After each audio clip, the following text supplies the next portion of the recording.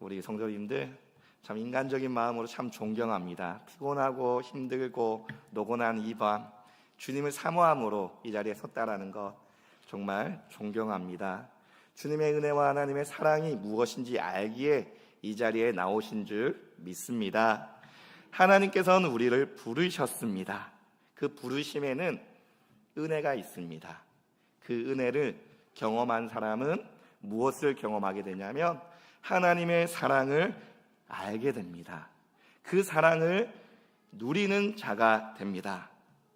하나님께서는 우리에게 그 은혜를 주셨는데 그 은혜, 내가 바랄 수 없는 가운데에 주어진, 내가 깨달을 수 없고 알 수조차, 무언가를 구할 수조차 없는 그때에 주신 그 사랑,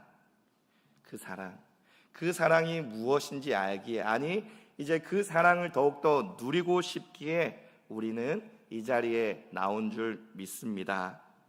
이 말은 즉 이미 우리는 하나님의 은혜를 누린 자들이다라고 하는 그러한 전제 조건이 따르게 됩니다. 혹여나 하나님의 사랑, 하나님의 은혜가 무엇인지 잘 모르겠습니다 라고 하시는 분들도 계실 줄 모르겠습니다. 하지만 이것을 아십시오. 하나님께서는 그냥 이 자리에 나오게 하시지 않으셨다라는 겁니다. 하나님의 부르심이 있고 그 부르심에는 하나님의 은혜가 있다라고 하는 것입니다. 하나님이 믿어지지 않고 아직까지 하나님이 봐지지 않는다라고 한다면 내가 이 자리에 있는 것 자체가 하나님이 나와 함께 하고 계시는 거구나 라고 생각하시면 됩니다. 그런데 하나님께서 우리에게 은혜를 주실 때에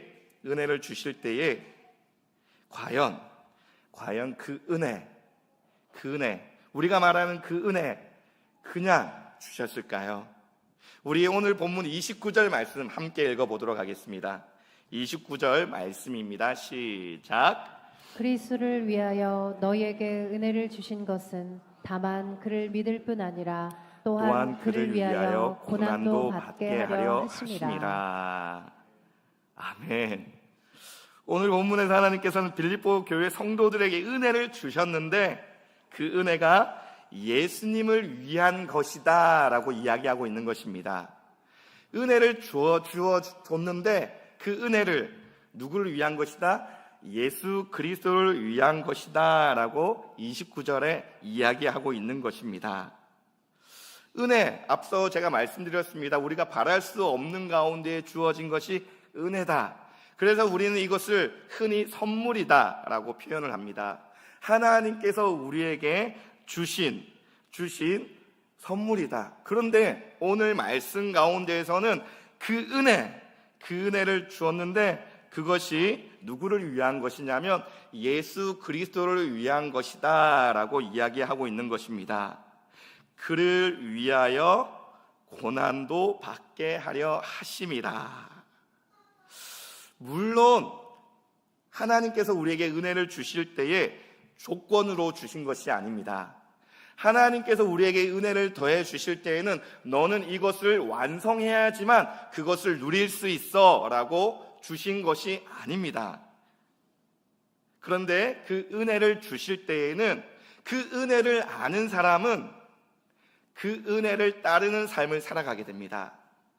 조건이 아니라 그 사랑을 알기에 그 사랑을 쫓는 삶을 살아가게 된다라고 하는 것입니다. 하나님께서는 우리에게 은혜를 주실 때 대가를 바라고 주시지 않으셨습니다. 오해하시면 안 됩니다. 하나님은 우리에게 무언가를 너희가 이것을 해 주기를 바래, 너는 이것을 해야 돼 라고 주신 것이 아니라 대가 없이 사랑으로 주신 것입니다. 하지만 하나님께서는 우리에게 은혜를 주실 때에 계획함이 계셨습니다. 은혜를 주실 때에 하나님의 목적이 있으셨습니다. 가장 큰 목적은 하나님의 사랑하는 백성들의 구원이십니다. 하나님께서 우리에게 은혜를 주신 이유는 하나님의 사랑하는 그 백성들에게 구원하시기 위해서 주신 선물이고 또한 목적이 있습니다. 하지만 또한 우리 백성들, 하나님의 부르심을 받은 성도들에게는 또 다른 하나님의 은혜를 주신 계획이 있다라고 하는 것입니다. 그것이 오늘 본문에서는 그리스도를 위해 사는 것, 그리스도를 위해 사는 것에 있다라고 말씀하고 있습니다. 우리가 하나님의 은혜의 계획을 따라 사는 것은 하나님께 영광이 될 뿐 아니라 우리 자신에게 또 진정한 행복입니다. 하나님의 주신 그 은혜를 알고 그 은혜대로 따르는 삶을 살아갈 때에 그 은혜의 누림이 있는 삶을 살아가게 된다라고 하는 것입니다. 하나님께서 우리에게 은혜를 주신 이유, 그리스도를 위해서 살게 하셨고, 그리스도를 위해서 사는 것은 곧 우리에게 진정한 행복을 주시기 위한 계획이 있다라고 하는 것입니다. 그런데 우리 그리스도인들은 많은 경우가 하나님께서 주신 은혜는 다 알고 있습니다. 하나님께서 나를 은혜를 주셔서 구원을 받아서 하나님 앞에 구원받은 백성으로서의 삶을 살아간다라는 것은 알지만, 그런데 이것을 놓쳐버릴 때가 있습니다. 하나님께서 은혜를 주신 목적, 그리스도를 위한 삶을 살아가는 목적이 있다, 계획이 있다라는 것을 놓쳐버릴 때가 있습니다. 잊어버릴 때가 있습니다. 그러한 사람들의 특징이 무엇이냐면 더 이상 기쁨이 없다라는 것입니다. 은혜가 없다라는 것입니다. 무언가를 하나님 앞에 갈구하고 무언가를 원하는 삶을 살아가고 늘 언제나 하나님 앞에 무언가를 구하는 삶을 살아가지만 정작 삶 가운데 그리스도를 위한 삶이 드러나지 않는 사람 가운데서는 늘 언제나 궁핍하며 늘 언제나 그 안에 기쁨이 없는 삶을 살아가는 사람들이 많다라고 하는 것입니다. 그 이유는 우리에게 주신 그 은혜의 목적을 잃어버렸기 때문입니다. 하나님께서 주신 그 은혜의 계획을 우리가 잊어버린 채 여전히 은혜는 받았지만 내 삶을 내 마음대로 살아갈 때에 우리는 하나님의 은혜에 누리지 못하는 삶을 살아가기 때문입니다. 그러다 보니 우리 입술 가운데서는 늘 언제나 불평, 불만, 내가 없는 것, 내가 가지지 못한 것, 남들보다 떨어진 것, 이것을 바라보고 늘 언제나 아쉬워하며 아쉬워하는 것이 어쩌면 우리의 모습일지도 모르겠습니다. 하나님께서는 우리에게 은혜를 주셨을 때에 이제는 그 은혜 가운데 그리스도를 바라보게 됩니다. 예수님을 다 바라보고 계십니까? 예수 그리스도를 붙들고 계십니까? 그 은혜를 아는 사람은 예수 그리스도를 바라보게 됩니다. 왜냐하면 하나님께서 그렇게 하셨기 때문입니다. 하나님께서 예수 그리스도를 바라보게끔 하셨기 때문에 우리는 예수 그리스도를 바라보는 삶을 살아가야 한다라고 하는 것입니다.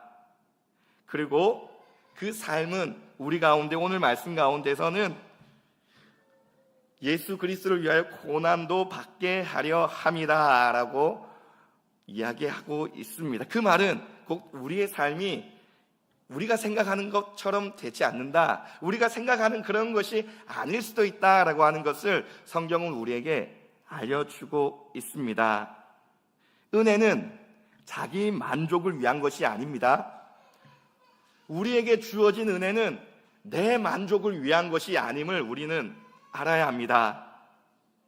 그런데 우리는 부흥회 때에, 아니면 삶에 공부하면서 성공할 때에, 아니면 성경을 읽거나 아니면 큐티하거나 은혜를 받았을 때에 뭔가 그때 내 안에 뿌듯함이 있을 때에 그때에 뭔가 좀 만족하고, 그것이 없을 때에는 뭔가 불만족스러운, 그런데 우리의 삶 가운데 그리스도를 붙들며 나아갈 때에는 그 가운데에 주어지는 어떠한 환경 가운데서도 주어지는 은혜가 있음을 우리는 기억해야 합니다. 하나님은 우리에게 은혜를 주셔서 우리가 행할 수 없는 일들을 순종하며 살게 하십니다. 오해하지 마십시오. 하나님께서는 우리에게 은혜를 주셨습니다. 그런데 우리가 할 수 없는 일들을 행하라라고 말씀하고 계십니다. 가장 큰 것이 무엇일까요? 예수 그리스도를 붙드는 삶을 살아가라. 예수 그리스도를 붙드는 삶을 살아가라라고 말씀하십니다. 쉬우신가요? 예수 그리스도를 붙드는 삶이 너무나 자연스럽고 너무나 나에게 딱 맞는 옷처럼 너무나 편안하고 너무나 감사함으로 당연히 원래 내가 이렇게 살았던 것처럼 삶이 사라지십니까?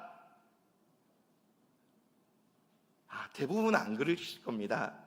은혜를 누리는 순간, 예수 그리스도의 사랑을 깨닫는 순간, 얘는 예수님을 위해서 결단하며 삶을 살아가야 되겠다라고 하지만 옷이 불편합니다. 맞지 않는 것 같습니다. 뭔가 꽉 끼고 불편합니다. 참 쉽지 않습니다. 그런데 하나님께서 은혜를 주실 때에는 이제는 그러한 삶을 살아가라 라고 말씀을 하셨습니다. 왜 그렇습니까? 그러한 삶을 살아갈 때에 우리에게 참 행복이, 참 만족이, 참 기쁨이 무엇인지를 알기 때문입니다.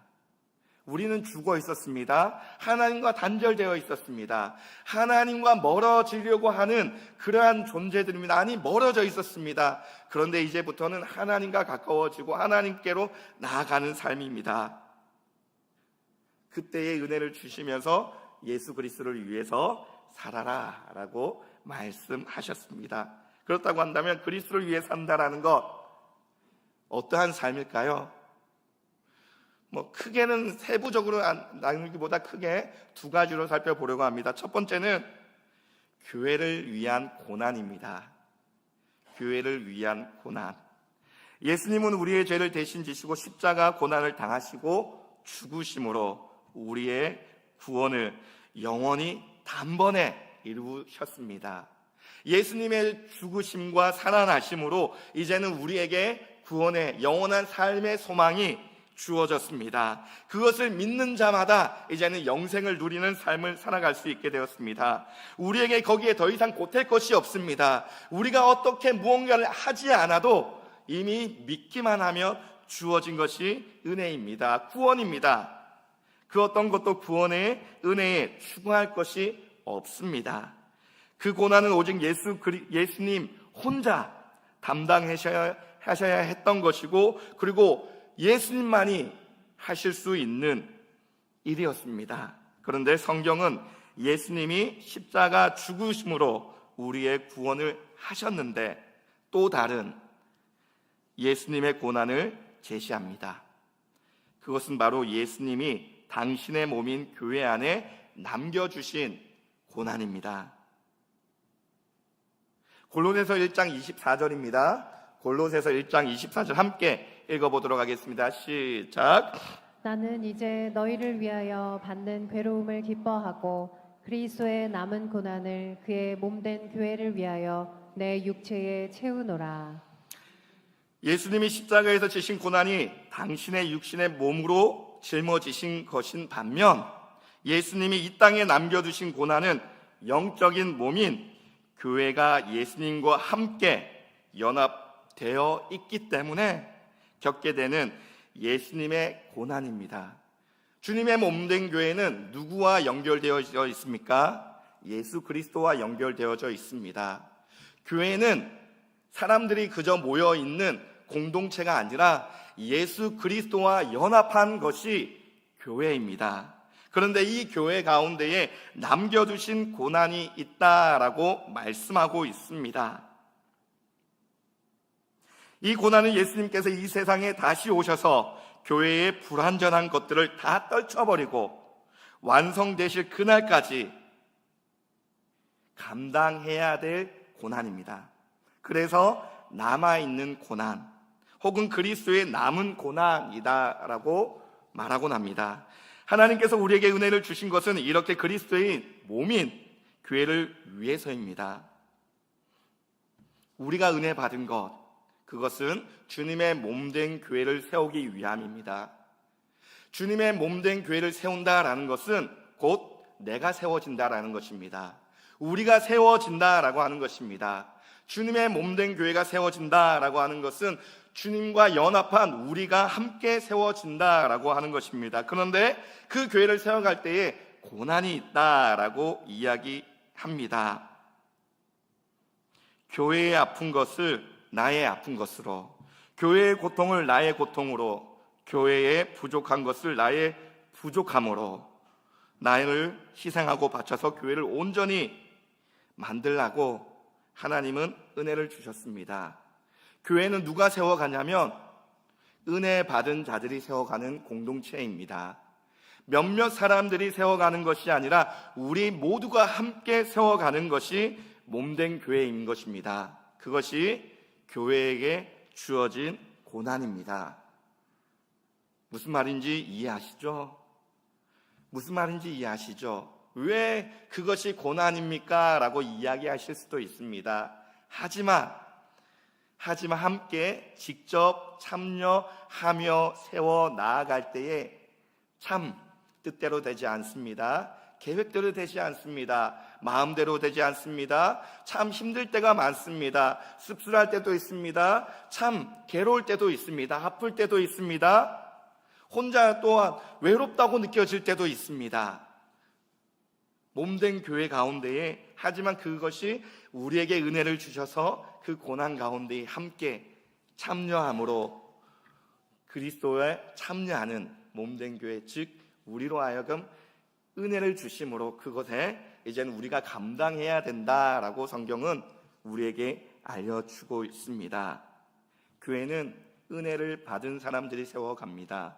물론 예수 그리스도로 말미암아 세워진 것이 몸된 교회이지만 지체들로서 우리가 이제는 주님 오시는 그날까지 함께 세워가는 것이 주님의 몸된 교회입니다. 주님의 몸된 교회, 교회의 고난에 동참하시는 저와 성도님들이 되시기를 소망합니다. 또한 그리스도를 위해 산다는 것, 두 번째는 세상을 위한 고난입니다. 하나님이 우리에게 은혜를 주신 것은 이 세상을 위한 것이기도 합니다. 왜냐하면 예수님은 단지 교회의 구주로만이 아니라 결국 세상의 구주로 오셨기 때문입니다. 교회 안에만 구원이 있는 것이 아니라 예수님은 온 세상을 구원하시기 위하여 오셨습니다. 예수님은 교회만이 구주가 아니라 온 세상의 구주이시다라고 하는 것입니다. 예수님은 이 세상을 사실 때 병든 자를 고치셨고 굶주린 자를 먹이셨고 방황하는 자들에게 하나님의 말씀을 전하셨습니다. 그것이 유대인뿐만 아니라 이방인들에게 또 동일하게 말씀을 증거하셨습니다. 그들이 먼저 예수님을 사랑한 것이 아닙니다. 그들이 먼저 예수님을 알았기 때문도 아닙니다. 그들이 예수님을 간절히 믿었기 때문은 더더욱 아닙니다. 예수님이 먼저 다가오셨고 먼저 사랑해 주셨으며 먼저 그들을 위하여 친히 십자가를 지셨습니다.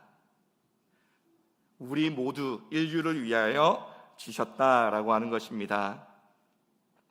그 말은 예수님은 이 세상 사람들을 돌보며 섬기셨습니다.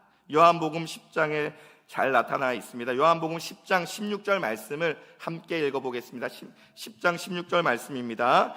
시작. 또 이 우리의 들지 아니한 다른 양들이 내게 있어 내가 인도하여야 할 터이니 그들도 내 음성을 듣고 한 무리가 되어 한 목자에게 있으리라. 아멘. 예수님께서는 그냥 너만 그래 너만 한 것이 아니라 모두에게 말씀하고 있는 것입니다. 오늘 말씀 27절 상반절 한번 읽어보겠습니다. 시작. 오직 너희는 그리스도의 복음에 합당하게 생활하라. 아멘. 오직 너희는 그리스도의 복음에 합당하게 생활하다라고 하는 이제 헬라어 본문은 폴리투오라고 하는 단어입니다. 그걸 그리스가 아직 작은 나라들로 나누어져 있을 때에 각각 나라는 폴리스, 즉 도시 국가의 형태를 취하고 있었습니다. 독립된 생활을 하고 있었다라고 하는 것입니다. 이 폴리스는 적게는 수천에서 많게는 몇십만까지 인구로 구성되어져 있는 도시 국가였습니다. 그들은 각각 친족들로 이루어진 인간관계를 기초로 하는 소위 공동체였습니다. 너도 알고 나도 알고 이웃집도 알고 다 서로 다 관계가 되어 있는 그러한 공동체였습니다. 그들은 눈에 보이는 법률보다는 실제로 사람들이 생각하는 통용되는 관습, 규범을 따라 생활하는 그러한 모습들이 많았습니다. 법률이 딱 제정되었다기보단 내려오는 그 조상들로부터 내려오는 규범과 관습들을 따르는 그러한 모습의 형태를 띠었습니다. 한 공동체에서 태어나 그 가운데에 있는 관습과 규범을 삶으로 살아가면서 자녀들은 그 규범과 관습을 보며 자라왔고 또한 가르쳤습니다. 이러한 것이 폴리튜오라고 하는 단어입니다. 그것은 생활하다, 즉 내가 어떠한 삶을 살아가고 있는가를 보여주고 또한 그것을 가르쳤다라고 하는 것입니다. 빌립보는 그리스 북부 마게도니아에 있는 그러한 속해 있는 도시였습니다. 그리고 로마가 직접 통치하는 직할시였습니다. 그리고 로마가 어떠한 나라인지를 전시장처럼 보여주는 그러한 도시였습니다. 이곳에는 은퇴한 군인들이 집을 주어 살게 했었습니다. 그런데 여기서 은퇴한 군인들은 모두가 로마 사람이었다기보다는 식민지 출신으로서 로마 군대에 들어가 근무를 하다 은퇴를 하게 되면 빌립보에 와서 살게 했습니다. 즉 여러 민족들이 모여서 함께 삶을 살아갔습니다. 인종이 다양했습니다. 다양한 삶을 살아갔고 또한 그 삶 가운데에 그러한 모습들이 등장했습니다. 빌립보 시민인 빌립보 교회 성도들에게 바울이 이렇게 말하고 있는 것과 같습니다. 너희는 빌립보가 로마를 생각하게 하는 도시라고 말하지 않았느냐? 이와 같이 교회는 하늘나라를 생각하게 해 주어야 한다. 너희를 보게 되면 로마를 생각하듯이 교회를 보게 되면 하나님 나라를 바라볼 수 있게 해야 한다라고 이야기하는 것입니다. 즉 생활하다라고 하는 것은 우리 그리스도인들이 예수님을 믿는 그 믿음 안에서 예수님을 믿는 생활이 이러한 모습이구나, 하나님 나라가 이러한 모습이구나 라는 것이 우리의 생활 가운데에 점차 드러나야 된다라고 말하고 있는 것입니다. 이것이 어쩌면 쉽지 않습니다. 오늘도 교회에 불과 한 2시간 전에 한 분이 찾아오셨습니다. 한 분이 찾아오셔가지고 교회를 방문하셔가지고 이제 쉽게 말해서 좀 도와달라라고 말씀을 하셨습니다. 그 전도사님이 이렇게 나가셔서 이렇게 정말 하면서 이렇게 하면서 조금 도와주셨습니다. 그러면서 들은 말이 항상 잠시 대화를 나눴습니다. 참 쉽지 않다. 어떻게 해야 되는지 참 모르겠다. 매번 올 때마다 하는 것도 그렇고 거절하기도 그렇고 참 어떻게 해야 될지 난감하다. 참 주고 싶은 만큼 넉넉하면 줘도 상관은 없지만 또 우리의 형편이 그렇지 않지 않습니까? 또 더욱이 또한 매번 주게 되면 혹여나 그 사람들이 또 매번 찾아오는, 그리고 또 소문을 내어가지고 많은 분들이 와가지고 그것을 감당해야 돼. 무엇이 옳을까? 무엇이 맞을까? 고민하게 하면서 늘 언제나 그 가운데에 무엇이 등장하게 되냐면 손해라고 하는 것이 등장하게 됩니다. 손해. 어쩌면 우리가 그리스도인으로서 삶을 살아갈 때에 그러한 것을 감수하며 살아가야 될 때가 참 많이 있을 겁니다. 그러한 환경들을 만나곤 하실 겁니다. 그러할 때에 참 고민을 하고 있다고 한다면 나는 아직까지 예수님을 잘 믿기 위해서 몸부림치고 있구나 라고 생각하셔도 될 것 같아요. 하지만 일절의 고민 없이 세상과 구별함 없이 그냥 단칼에 생각조차 안 한다라고 한다면 내가 다시 예수 그리스도를 붙잡는 삶을 살아가야 되는구나 라고 생각해 볼 수도 있을 것 같습니다. 어쩌면 우리 그리스도인들은 예수님을 따르는 삶을 살아가야 합니다. 그 가운데에 세상을 위한 고난이 우리에게 주어져 있습니다. 왜냐? 하나님의 나라의 백성답게 삶을 살아가기 위한 그리스도의 고난이 우리에게 있기 때문입니다. 말씀을 읽겠습니다. 실제로 복음에 합당하게 사는 것은 아주 큰 희생을 요구하는 일입니다. 그래서 예수님은 제자들에게 미리 경고하셨습니다.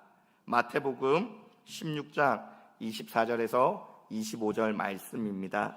우리 함께 읽겠습니다. 시작. 이에 예수께서 제자들에게 이르시되 누구든지 나를 따라오려거든 자기를 부인하고 자기 십자가를 지고 나를 따를 것이니라. 누구든지 제 목숨을 구원하고자 하면 잃을 것이요 누구든지 나를 위하여 제 목숨을 잃으면 찾으리라. 예수님은 당신을 따라올 때에 우리가 죽기까지 결단해야 한다라고 말씀하셨습니다. 그리고 마치 가시밭길과 같은 그리스도인의 삶을 이 세상 끝날까지, 주님 오실 때까지 계속 되어야 될 것입니다. 그러나 하나님의 은혜는 이 모든 것을 이기도록 도와줍니다. 우리 힘과 능으로는 할 수 없습니다. 이것은 하나님의 은혜가 있을 때에 우리는 감당할 수 있습니다. 왜냐하면 하나님의 은혜 가운데에 승리함이 있기 때문입니다. 하나님의 은혜 가운데에 사랑이 있기 때문입니다. 하나님의 은혜 가운데에 그 삶을 붙들게 하기 때문입니다. 그리고 무엇보다도 그 은혜가 우리가 받는 고난보다 크기 때문입니다. 그래서 우리는 그 은혜, 즉 그리스도를 붙잡는 삶, 그리스도를 위한 삶을 살아갈 때에 우리의 삶 가운데에서는 우리 그리스도의 남은 고난을 감당할 수 있게 되는 것입니다. 요한복음 16장 33절 마지막으로 읽어보겠습니다. 요한복음 16장 33절입니다. 시작. 이것을 너희에게 이르는 것은 너희로 내 안에서 평안을 누리게 하려 함이라. 세상에서는 너희가 환난을 당하나 담대하라. 내가 세상을 이기었노라. 아멘. 교회의 영광은 큰 건물이나 많은 성도 수나 많은 예산에 달려 있는 것이 아니라 그 교회에 어디서든 예수 그리스도를 생각나게 하는 사람들이 가득 한가에 달려 있습니다. 교회는 예수 그리스도를 생각나게 하는 사람들이 세워지고 또한 그 가운데에 넘쳐날 때에 그 교회 가운데 무엇이 넘쳐날 수밖에 없습니까? 은혜가 넘쳐날 수밖에 없습니다. 그 은혜를 예수 그리스도를 붙드는 삶을 살아가기 위하여 몸부림치는 사람들이 늘어날 때에 그곳 가운데에는 세상이 감당할 수 없는 큰 은혜가 흘러 넘쳐 적시게 되어져 있습니다. 은혜를 경험한 사람은 은혜를 따르는 삶을 살아가게 됩니다. 그것은 십자가를 붙드는 삶인 것입니다. 주님께서는 우리에게 은혜를 주셨습니다. 그리고 그 은혜로 말미암아 하나님 나라의 소망을 주셨습니다. 그리고 그 소망을 따라 우리의 삶을 살아가게 되는데 각자의 삶 가운데에 예수님 믿는 것 때문에, 교회 안에서도 예수님 믿는 것 때문에 각자가 짊어져야 되는 그러한 고난들이 있습니다. 다양할 것입니다. 참 많을 것입니다. 어떠한 사람에게는 그것이 별것 아닌 일일 수도 있지만 어떠한 사람이 정말 큰일일 수도 있고 정말 모두가 다 힘든 일일 수도 있고 저마다 다를 것입니다. 하지만 그곳 가운데에 각자가 예수 그리스도의 교회를 위한 고난과 삶에 대한 생활 가운데에 고난을 감당하며 나아갈 때에 그것을 능히 이기게 하시는 분이 우리가 믿는 예수 그리스도이십니다. 설교를 준비하면서 참 설교 내용이 입에 붙지 않았습니다. 왜냐하면 저부터 가기 싫었기 때문입니다. 저부터가 고난을 당하는 게 싫다 보니까 참 설교 내용이 입에 붙지를 않았습니다. 올라오는 그 순간까지도 참 나도 싫은데 라는 생각을 하며 올라왔습니다. 하지만 우리가 그리스도의 남은 고난에 참여할 때에 더욱더 주님이 주신 그 은혜를 누릴 수 있음을 우리는 기억해야 합니다. 아니, 주님께서는 말씀하셨습니다. 고난에 참여하라 라고 말씀하셨습니다. 하지만 기억하십시오. 고난을 바라봄이 아닌 영광을 바라보시는 저와 성도님들이 되시기를 소망합니다. 고난이 아닌 은혜를 바라보며 고난이 아닐 장차 하나님께서 우리와 함께 하심을 바라보며 우리의 삶을 주님 부르시는 그날까지, 주님 오시는 그날까지 감당하며 그리스도의 생활을 하시는 저와 성도님들이 되시기를 소망합니다.